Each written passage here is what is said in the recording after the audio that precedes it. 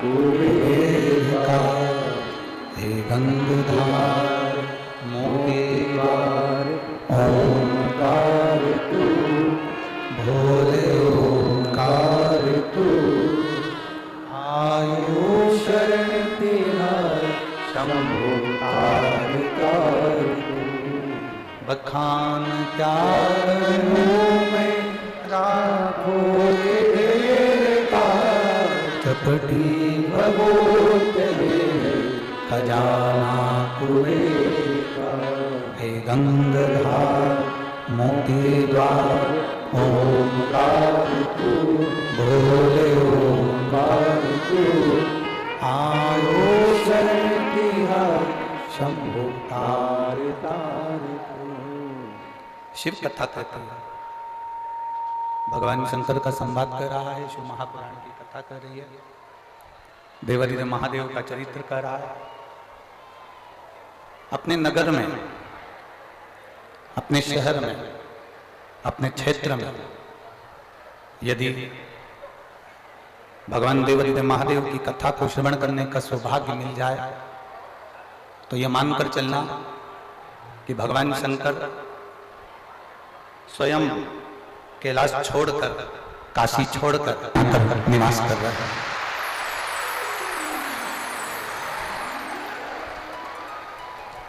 भगवान शिव स्वयं जब तक उसकी कृपा नहीं होती है, जब तक उसकी दया नहीं होती है, तब तक जीव परमात्मा की अविरल भक्ति की ओर जा ही नहीं सकता। श्री सुनील जी मूसेपुर जी करा रहे हैं। सुनील जी का तो ये भाग्य प्रबल हुआ ही है, और आप लोगों की भी पुण्य की गुल्लक जरूर भराई होगी, इसलिए ये शिव महापुराण की कथा यहाँ आई। कोई पुण्य प्रबल होता है तब जाकर ये कथा का रसतत्व ग्रहण करने का सौभाग्य प्राप्त होता है। कोई पुण्य,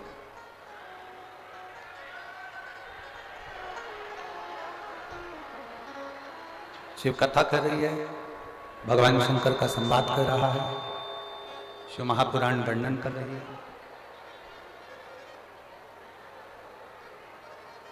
84 लाख योनियां कटने के बाद में ये मानव की जो देह है बड़ी मुश्किल से प्राप्त होती है, बहुत मुश्किल से। और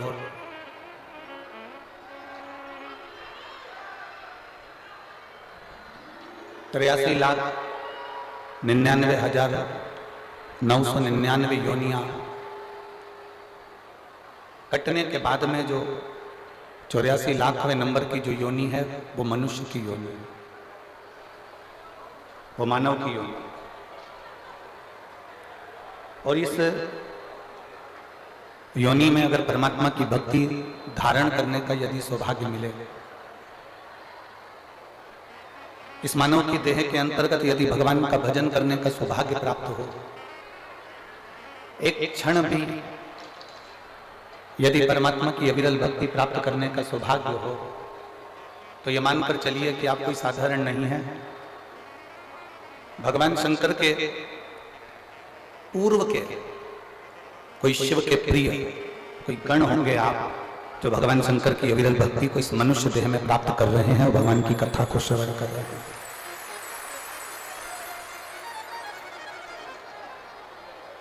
बिना प्रभु कृपा से, बिना मेरे भोलेनाथ जी की दया के, बिना मेरे शंकर की करुणा के बिना एक क्षण भी अगर कोई सत्संग की ओर जा ही नहीं सकता। देखिए,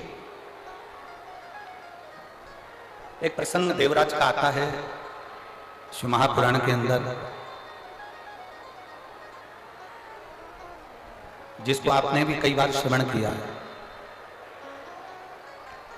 जिसको आप भी पहले सुन चुके। उस देवराज ने कोई पुण्य का कार्य नहीं करा था, कोई सत्कर्म नहीं करा था, कोई अच्छा कार्य देवराज नहीं करा था। ना उसने भजन किया, ना उसने कीर्तन किया, ना उसने मंत्र जाप किया, ना उसने नाम जाप किया, ना उसने स्मरण किया, ना कभी भगवान शंकर के मंदिर गया, ना भगवान शंकर के मंदिर में जाकर एक लोटा जल चढ़ाया। कोई पुण्य का कार्य उसने नहीं किया। शिव महापुराण की कथा एक बहुत सुंदर संवाद करती है कि आप कोई अर्चना नहीं जानते, आप कोई पूजन नहीं जानते, आप कोई आराधना नहीं जानते, आप कोई भगवान को प्रार्थना करना नहीं जानते, आप भगवान से कोई विनय करना नहीं जानते, आप भगवान को रिझाने का कोई मंत्र नहीं जानते, आप कोई तप करना नहीं जानते, आप कोई बहुत लंबे व्रत करना नहीं जानते, आप भगवान को रिझाने के लिए कोई साधना करना नहीं जानते, आप भगवान को रिझाने के लिए बहुत सारा आडंबर या बहुत सारा धन कुछ भी देना नहीं जानते। शिव पुराण कहती है उस समय पर एक बात अपनी चित्तवृत्ति में बिठाओ कि एक लोटा जल लेकर महादेव के मंदिर में जाओ। ये सारी तप साधना, सारी आराधना वो एक लोटे जल से हमें प्राप्त हो जाती है।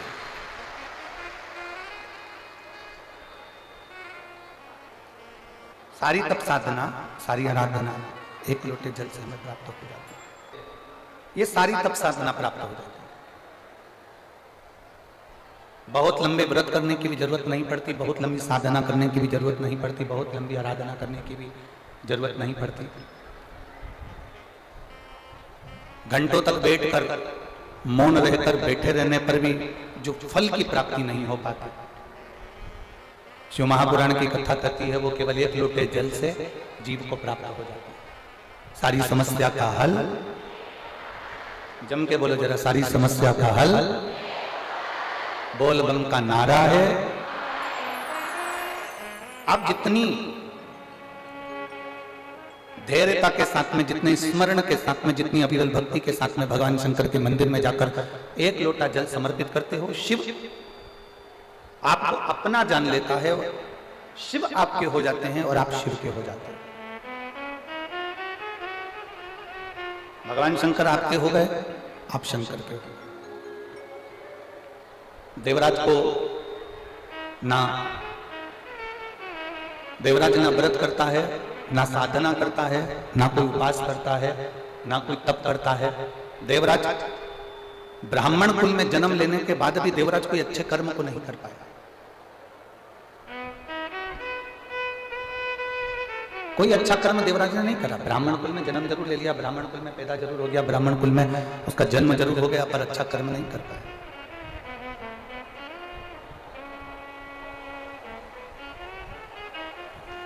बहुत ध्यान दीजिएगा, केवल 5 दिन की कथा रेवाड़ी में मिली है।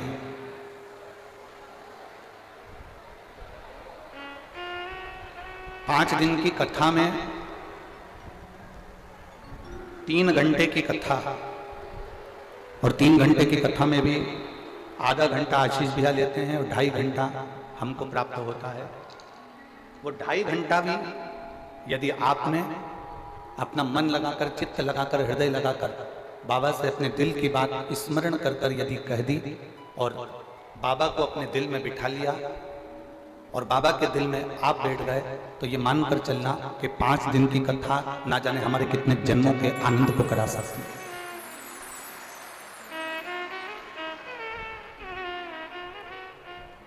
अपने हृदय में इस कथा को उतारने का प्रयास करिए। अपने हृदय में ये कथा को बिठाने का प्रयास करिए।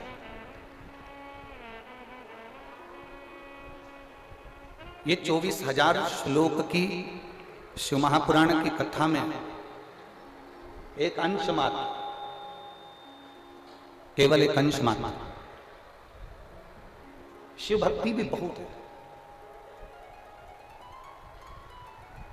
कोई तुमसे कहे कि मैं आगे बैठी, मैं पीछे बैठी, कोई कहे मैं राइट में बैठी, कोई कहे मैं लेफ्ट में बैठी, कोई कहे कि मुझे यहाँ जगह मिली, कोई कहे मुझे वहाँ जगह मिली, कोई कहे मुझे ऐसा मिला, कोई कहे मुझे वैसा मिला, कोई कहे मुझे यहाँ प्राप्त हुए, कोई कहे वहाँ प्राप्त हुए।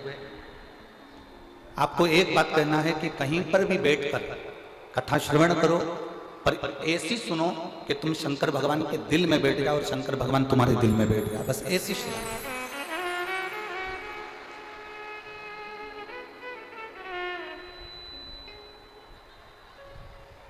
शिव तत्व की प्राप्ति हमारे भीतर, भगवान शंकर की भक्ति हमारे भीतर विराजमान हो। जब भगवान शिव की भक्ति हमारे भीतर विराजमान होगी, तब हमें कहीं जाने की जरूरत नहीं पड़ेगी। किसी भी स्थान पर देवराज ब्राह्मण कुल में जन्म लेने के बाद भी ब्राह्मण कर्म नहीं कर पाया। ऐसे संसार में ना जाने कितने लोग हैं जो जन्म तो ले लेते हैं पर कोई अच्छा कर्म नहीं कर पाते। सुनील जी, हम आपको साधुवाद देते हैं, रेवाड़ी में ढेरों लोग होंगे जिनके पास में करोड़ों का धन होगा, पर मेरे महादेव की कथा नहीं करवा पाए। कहीं आपके पूर्वजों का पुण्य होगा, आपके माता पिता का पुण्य होगा, जो देवादिदेव महादेव की ये 5 दिवसीय कथा आपके ऊपर, आपके पूर्वजों की, आपके माता पिता की, कहीं घर के बुजुर्गों का आशीर्वाद हुआ होगा जो ये कथा आपके रेवाड़ी में पहुंची।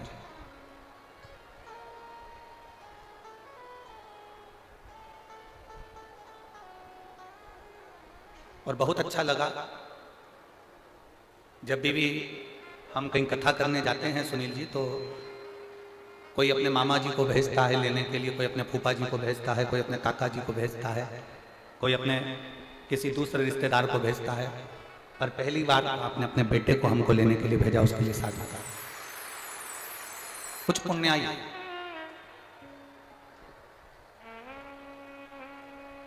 आपके और हमारे जीवन की होगी। इस पवित्र भूमि पर भगवान की अविरल कथा को हम श्रवण करने के लिए विराजमान हैं। शिव तत्व को प्राप्त करने का जहां सौभाग्य हमें मिला। देवराज भले ब्राह्मण के घर में जन्म ले लेता है, पर ब्राह्मण के घर में जन्म लेने के बाद भी देवराज की चित्त वृत्ति, देवराज का मन भगवान की ओर नहीं जाता। नहीं, भगवान की ओर देवराज का चित्त नहीं जाता, देवराज का मन भगवान की ओर नहीं जाता।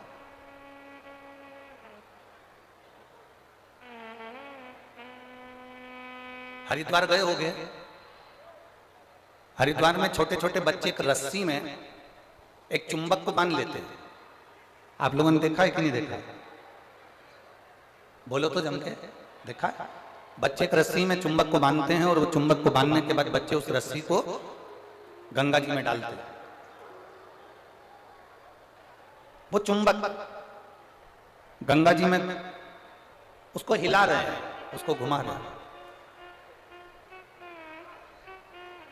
उस चुंबक में कपड़ा नहीं चिपकता, उस चुंबक में प्लास्टिक नहीं चिपकता, उस चुंबक में लकड़ी नहीं चिपकती, उस चुंबक में एल्युमिनियम नहीं चिपकता,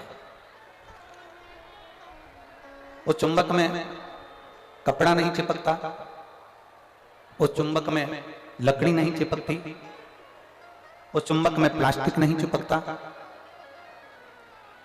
उस चुंबक में अगर चिपकता है तो केवल जो चुंबक का लोह तत्व है वो उस चुंबक के अंदर चिपक जाता है।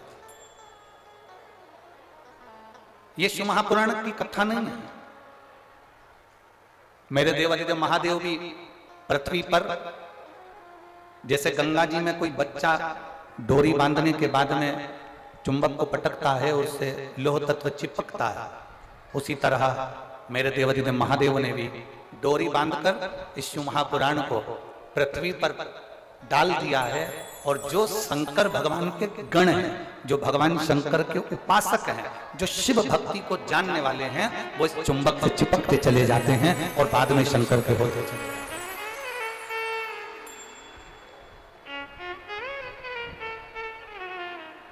वो चिपक रहे हैं। और कभी कभी शिव महापुराण की कथा कहती है, कभी कभी चुंबक में चिपके चिपके चिपके चिपके वो लोहा भी इतना चुंबकीय बल से प्रबल हो जाता है कि वो लोहा भी दूसरे लोहे को अपनी ओर खींचता है। देवराज चोरी का धन ले जाकर भगवान शंकर के मंदिर में पहुंच गए। देवराज चोरी के धन को लेकर भगवान शिव के मंदिर में पहुंचा, भगवान शंकर के मंदिर में पहुंचा। और चोरी के धन को लेकर देवराज जब भगवान शंकर के मंदिर में पहुंचता है, वो चोरी के धन को ले जाकर कहीं दूसरी जगह भी जा सकता था। चोरी के धन को लेकर वो कहीं और अन्य जगह पर भी जा सकता था, पर वो चोरी के धन को लेकर शंकर के मंदिर में पहुंचा, शिव के द्वार पहुंचा। मतलब ये पक्का है, ये निश्चित है, भूल से भी अगर कोई शंकर की चौखट तक गया है, भूल से भी अगर कोई शंकर के दरवाजे तक गया है तो ये मानकर चलना वो कितना बड़ा पापी क्यों ना हो, कितना बड़ा बेकार कर्म करने वाला भी हो, अगर वो शंकर की शरण गया है तो ये मानकर चलना कि वो शंकर का पूर्व का कोई जीव है जो शिव का हो गया, ऐसा भी।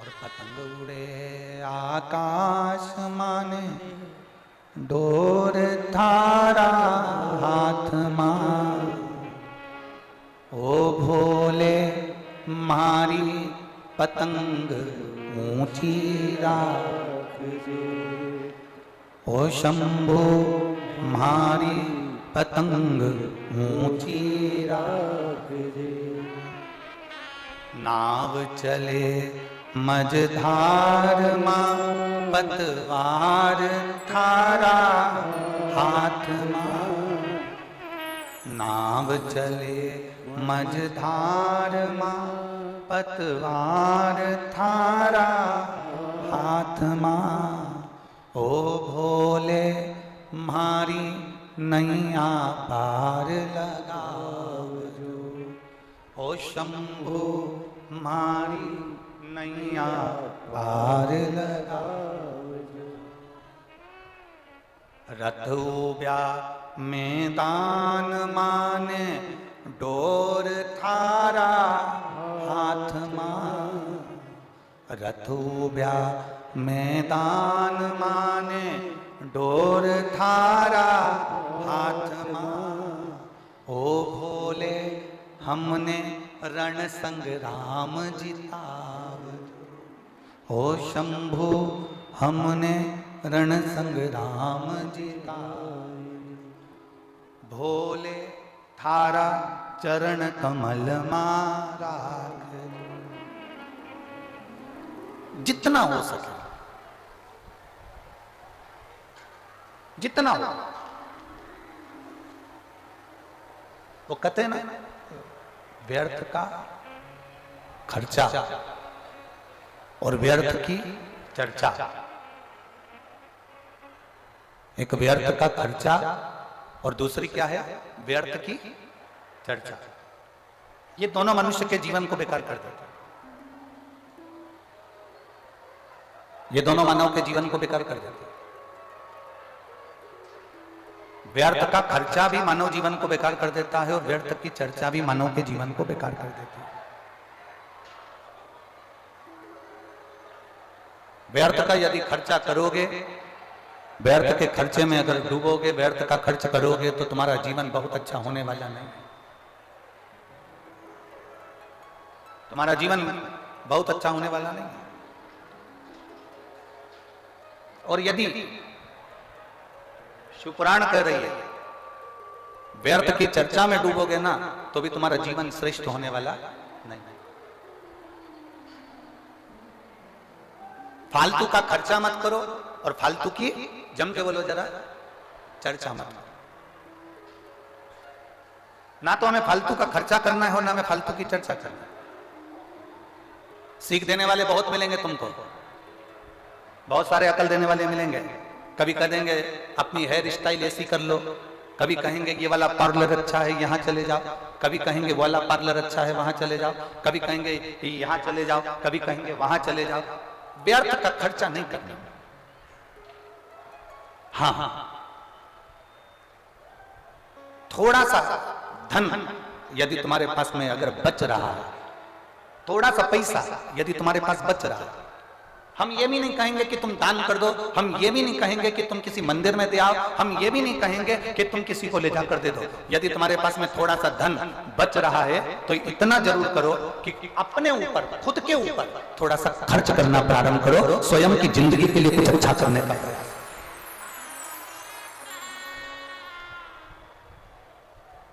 अपने लिए जी, थोड़ा अपने लिए अच्छा करने का प्रयास करिए, थोड़ा अपने लिए अच्छा करने का प्रयास करो अपने लिए।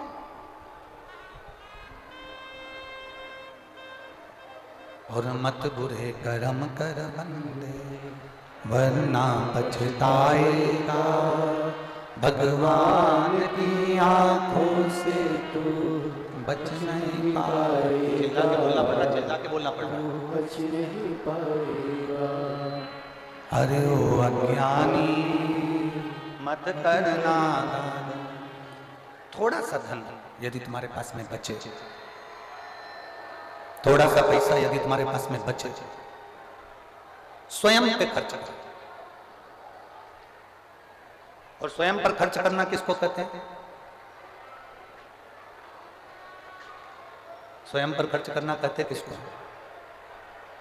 स्वयं पर खर्च करने का मतलब क्या होता है? बहुत अच्छे अच्छे कपड़े धारण कर लो, बहुत अच्छे आभूषण धारण कर लो, बहुत सिनेमा देख लो, बहुत ऊंची गाड़ियों में घूम लो। स्वयं पर खर्च करना इसको कहते हैं क्या? नहीं। जब थोड़ा पैसा, थोड़ा धन आपके पास में यदि बच रहा है,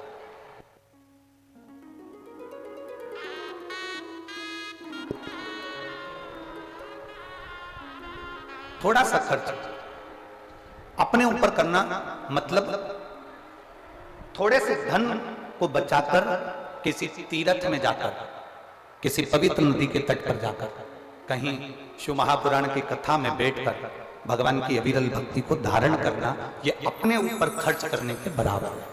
स्वयं को मत दो किसी से। आप 1 रुपया भी दान नहीं कर सकते, मत करो। आप किसी को अठन्नी नहीं दे सकते, मत दो। अपने ऊपर खर्च करो, स्वयं के ऊपर। स्वयं के ऊपर खर्च करने से मतलब है कि भगवान की अविरल भक्ति की ओर जाइए, भगवान के भजन की ओर जाइए, भगवत स्मरण की ओर जाइए। एक कदम भी हम जब भगवान की ओर बढ़ाते हैं, एक कदम भी हम जब भगवान की ओर अग्रण्य होते हैं, हम तो केवल एक कदम चलकर भोलेनाथ जी की ओर जाते हैं।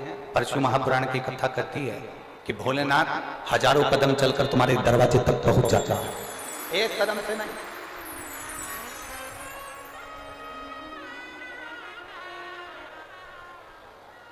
हजारों कदम से चलकर मेरा देव अधिदेव महादेव, मेरा उग्रदानी, मेरा शंभु, मेरा त्रिकालदर्शी, मेरा कैलाशी तुम्हारे द्वार तक पहुंच जाता है। व्यर्थ का खर्च मत करो और व्यर्थ की चर्चा मत करो। इतनी दूर दूर से कथा सुनने के लिए आए हो, 5 दिन के लिए आए हो, लोग चिल्लाते रहेंगे। हमारा निवेदन है, श्री सुनील जी मुसेपुर जी ने बहुत, सुनील जी जहां भी कथा होती है 1, 2, 3, 4, 5 पंडाल लगते हैं। आपने पहले दिन से ही इतने सारे पंडाल लगा कर रखे हैं, और वो भी पंडाल सारे बोल एकदम फुल पड़े हुए। हम जितने श्रोता भाई बहन जो खड़े हुए हैं उनसे निवेदन करेंगे, जो धूप में बैठे हैं उनसे निवेदन करेंगे कि आपको 1 मिनट की भी कथा व्यर्थ मत बनो। चिल्लाकर, दबाव बनाकर, धक्का देकर ये कथा का लाभ नहीं ले सकते। जहां जगह मिल जाए ना, जहां तक तुम्हें आवाज आ रही हो वहां कहीं पर भी बैठ जाओ। जिसको जहां जगह मिले वहां बैठ जाओ और बैठकर भगवान की कथा का रसतत्व ग्रहण करो। हम जानते हैं बहुत ज्यादा संख्या में आप लोग आए हैं। पहले दिन ही लगभग 5 से 6 लाख के ऊपर आप लोग पहुंचे हो। 6 लाख से कम यहां पर नहीं है। जहां जगह मिले वहां बैठो। व्यर्थ का समय बर्बाद न करते हुए भगवान की विरल भक्ति को धारण करो, कहीं पर भी बैठो। हमने पहले भी कथा में कहा है, अपने साथ में 3-4 चीजें लेकर चला करो। पानी की कितनी बोतल? जम के बोलो जरा। 2। बिछाने के लिए दरी, ओढ़ने के लिए कम्बल, और साथ में एक, जम के बोलो जरा, छाता। छाता इसलिए लेकर चलो कि कहीं अगर पंडाल में जगह नहीं मिले तो अपना छाता लगाकर बैठ। जहां जगह मिल जाए वहां बैठते जाओ और भगवान की विरल कथा को धारण करो। शंभु शरणे पड़ी मांगू घड़ी रे, दुख काटो दया करी दर्शन आपो। शंभु शरणे पड़ी मांगू घड़ी रे घड़ी, दुख काटो दया करी दर्शन आपो। व्यर्थ का खर्चा न करिए और व्यर्थ की चर्चा। लक्ष्मी मैया नारायण भगवान के पास में जब जब बैठती हैं तो कोई ना कोई चर्चा करती हैं। सरस्वती मैया ब्रह्मा जी के पास जब जब बैठती हैं कोई ना कोई चर्चा करती हैं।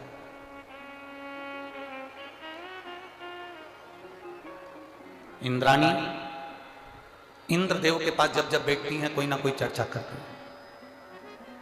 पर केवल एक माता पार्वती ऐसी हैं जो भगवान शंकर के पास जब जब बैठती हैं व्यर्थ की चर्चा नहीं करती हैं, संपूर्ण विश्व के कल्याण की चर्चा करती हैं। संपूर्ण विश्व के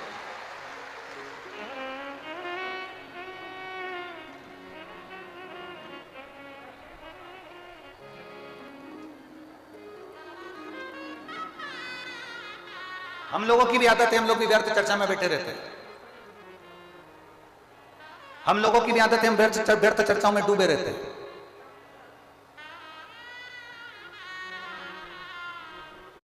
कुंभ के मेले से कम ना। अपने घर में थोड़ा सा हलवा बना लो, सीरा बना लो, थोड़ा सा मीठा चावल बना लो, थोड़ा सा कोई सामान बना लो, चलो अपन कथा के पंडाल में चलते हैं। शिव भक्त वहां बैठकर रात्रि का जागरण कर रहे होंगे, भजन कर रहे होंगे, उनका मुंह झूठा करा कराते। तुम्हें नौकरी से फुर्सत नहीं, तुम्हें काम धंधे से फुर्सत नहीं, करो अपना काम धंधा, करो नौकरी। पर पत्नी का फर्ज रात्रि को तो तुम फ्री हुए 2 घंटा 3 घंटा आधे घंटे इस सुंदर आनंदमय लीला का दर्शन करें। चलो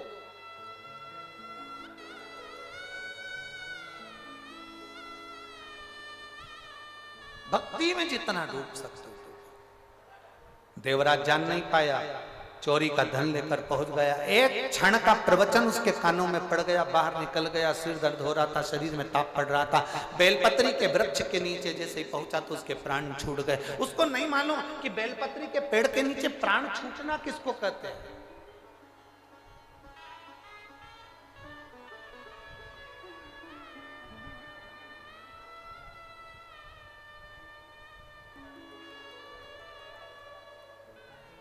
अभी हमने कथा में कहा था, प्रदोष काल में, प्रदोष के दिन एक समी पत्र भी अगर हम शंकर जी को चढ़ा रहे हैं घर के शिवालय में, उसको उठाकर रखते जाओ।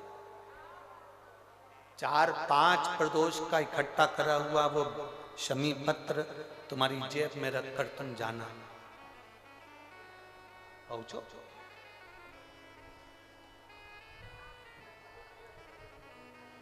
उसका फल मिलता कि नहीं मिलता मालूम पड़ेगा। एक स्त्री को 1 साल बच्चा नहीं हुआ, 2 साल बच्चे नहीं हुए, 3 साल बच्चे नहीं हुए, 4 साल बच्चे नहीं हुए, इंतजार करती रही। सारे डॉक्टरों का इलाज करवा लिया। इलाज करवाने के बाद में डॉक्टर ने बोल दिया तुम्हारे यहाँ संतान का सुख नहीं है। आखिरी में हार गई। तब किसी पड़ोसन ने उसको कह दिया कि सफेद आंकड़े की जड़ का प्रयोग कर, तुम रुका जी वाला प्रयोग कर। उसने किया। अब डॉक्टर ने कह दिया कि तुम्हारा गर्भ ठहर गया। जो डॉक्टर मना कर रहा था वही कर रहा है, तुम्हारा गर्भ ठहर गया। और डॉक्टर ने कहा था तुम्हारे को कभी संतान का सुख नहीं होगा। और वो स्त्री यहां बैठी हुई है जिसको भगवान ने एक नहीं, क्योंकि भोलेनाथ कभी भी थोड़ा बहुत तो देता ही नहीं है। देवता देते हैं पल्ला झाड़ कर, महादेव देता है छप्पर फाड़ कर। एक नहीं 2 दे दिए, जुड़वा दिए। एक लड़का एक लड़की कहीं बैठी हो अपने बच्चे को लेकर तो उठकर खड़ी हो सकती है। जो अपने जुड़वा बच्चे को लेकर आई हो तो वो खड़ी हो सकती है।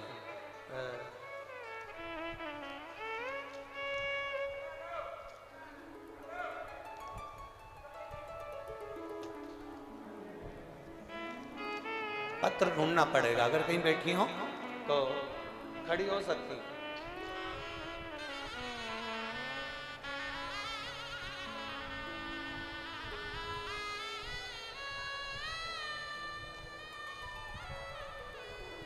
अगर जुड़वा बच्चों को लेकर आई हो तो खड़ी हो सकती हैं। जहां कहीं बैठी हो अपना हाथ हिला सकती हैं। शिव तत्व की प्राप्ति पत्र उन्होंने लिखा।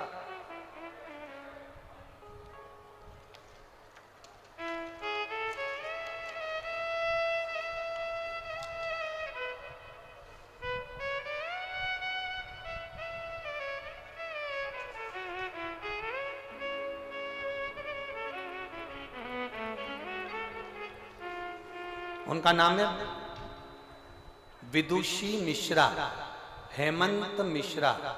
दिल्ली द्वारका धाम निवासी हूं।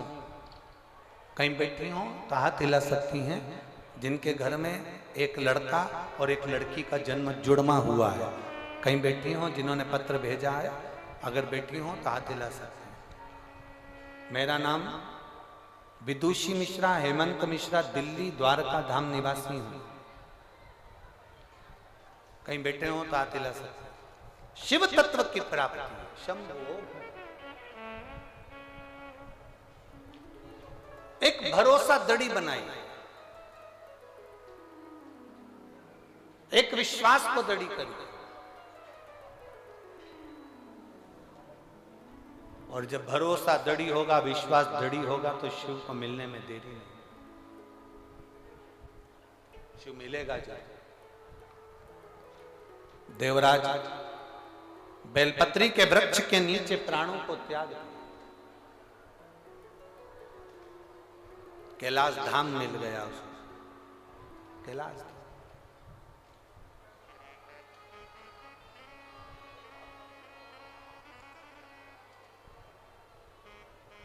उसकी माता एक लोटा जल समर्पित करती थी, जिसका फल ये मिलता है कि देवराज को मरने के बाद कैलाश धाम मिलता है। एक लोटा जल का फल ही है।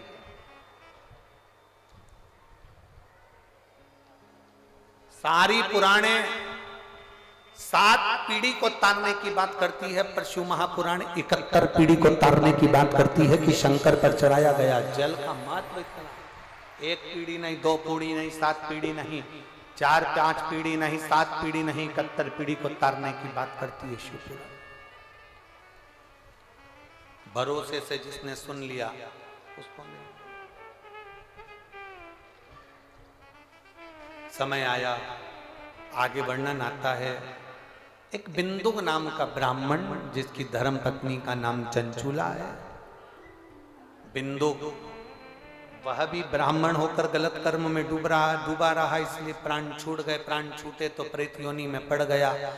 चंचुला देवी ने काशी में अपने प्राणों को त्याग दिया, तो भगवान शंकर की धर्मपत्नी माता पार्वती जी की सहेली बन गई, सखी।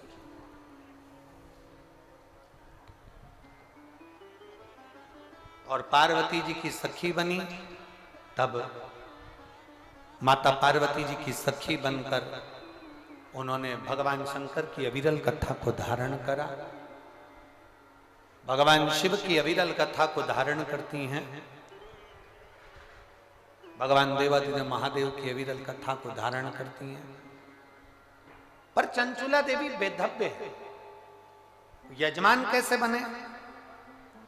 तब चंचुला देवी ने भगवान शंकर और पार्वती को यजमान बनाया। शंकर भगवान ईश्वर जी बने, पार्वती जी गोरा जी बने। शंकर जी गणा, पार्वती जी गौर बने। इसलिए आज भी हमारे सनातन धर्म में गणा और गौर की पूजन होती है, जिसको गणगौर कहा जाता है। भगवान ईश्वर जी और गोरा जी पधारे हैं, जोरदार ताली बजाकर स्वागत करें ईश्वर जी और गोरा जी का। गणगौर के रूप में भगवान शिव पार्वती कथा श्रवण करने के लिए जाते हैं। भाव भक्ति से तुमरुका जी चंचुला देवी को कथा सुनाते हैं। आज कथा का प्रथम दिवस यहाँ पर विराम की ओर जा रहा है। कल कथा का द्वितीय दिवस रहेगा। बड़े भाव से 4 दिन की कथा और रही है। दिल से, हृदय से श्रवण करें और अपने जीवन को सार्थक बनाएं, अपने आनंद